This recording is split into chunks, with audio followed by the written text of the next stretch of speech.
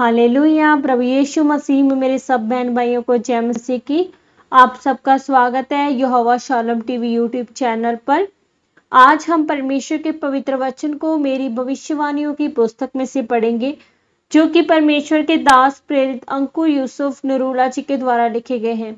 और हमारा ये विश्वास है कि आज के वचन को सुनना आपके जीवन में आशीष को लेकर आएगा। आज का वचन, एकांत प्रार्थना के बाद चमत्कार। जैसा कि परमेश्वर के पवित्र वचन प्रेरितों के काम 9 अध्याय उसके 40 वचन में लिखा है, तब पतरस ने सबको बाहर कर दिया और घुटने टेक कर प्रार्थना की और शव की ओर देखकर कहा, हे तबीता उठ। तब उसने अपनी आंखें खोल दी और पतरस को देखकर उठ बैठी।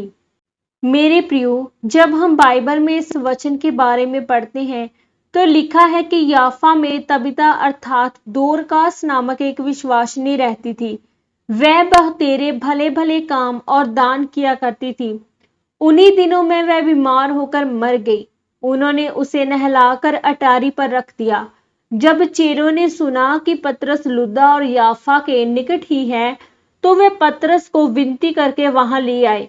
और जब पतरस वहां पर पहुंचा तो वहां सब विधवाएं रोती हुई उसके पास आ खड़ी हुई, जो कुर्ते और कपड़े दोरकास ने उसके साथ रहते हुए बनाए थे दिखाने लगी।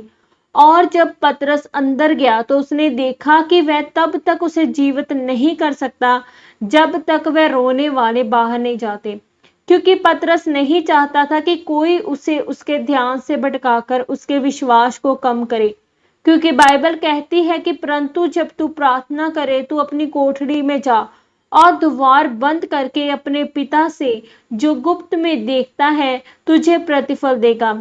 तब उसने सबको बाहर कर दिया और उसने घुटने टेक कर प्रार्थना की और लोथ की ओर देकर कहा, हे तबीता उठ। तब वह लड़की जीवित हो गई और अपनी आंखें खोलकर पतरस को देखकर उठ बैठी। आज एक परिवार में अगर कोई नशा करता है, लड़ाई झगड़ा करता है, तो वह उसे समझा समझा कर थक जाते हैं, लेकिन वह प्रार्थना नहीं करते क्योंकि उनकी आत्मिक आंखें नहीं खुली। जो मुसीबत उन्हें पहाड़ की तरह लगती है, लेकिन वह वैसी नहीं। अगर आपके टीवी में गाने, सास बहू, नागिन जैसे प्रोग्राम चल रहे हैं, तो आप वहां प्रार्थना नहीं कर सकते। जब तक आप अकेले में परमेश्वर के साथ समय नहीं बिताएंगे, तब तक आप ये नहीं समझ पाएंगे कि परमेश्वर ने आपको बढ़ाने के लिए कौन सी योजना रखी है, उसे कैसे स्वर्ग से जमीन पर उतारना है। बाइबल में लिखा है कि पतरस, याकूब और यूहन्ना प्रार्थना करने के लिए बाहर स्थानों में, देशों में जाते थे, ताकि वह वहां पर एकांत में होकर प्रार्थना कर सके और परमेश्वर से अगली योजना को, प्रकाशन को ले सके। याद रखें, परमेश्वर आपसे बात करना चाहता है।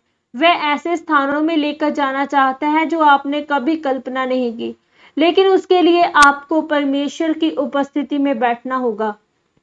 इसीलिए मेरे प्रियो, अगर आप परमेश्वर से आशीषों को लेना चाहते हैं तो आपको एकांत में जाकर प्रार्थना करनी होगी। तब आपको उसी प्रार्थना में पता चलेगा कि वास्तविक में आपकी पहचान क्या है। आमीन। आइए हम मिलकर इस सामर्थी प्रार्थना को करें। सर्वशक्तिमान परमेश्वर, इस वचन के लिए मैं आपका धन्यवाद करती हूँ। परमेश्वर, मैं ये प्रार्थना करती हूँ कि मैं पवित्रताई में चलकर एकांत में प्रार्थना करूंगी और संसारिक चीजों से दूर रहूंगी। आप मुझे अनुग्रह दें, प्रभु यीशु मसीह के सामर्थी नाम में। आमीन, आमीन। आज के इस पवित्र वचन के पढ़े और सुने जाने के द्वारा परमेश्वर आप सबको बहुतायत से आशीषित करे। सबको जय मसीह की।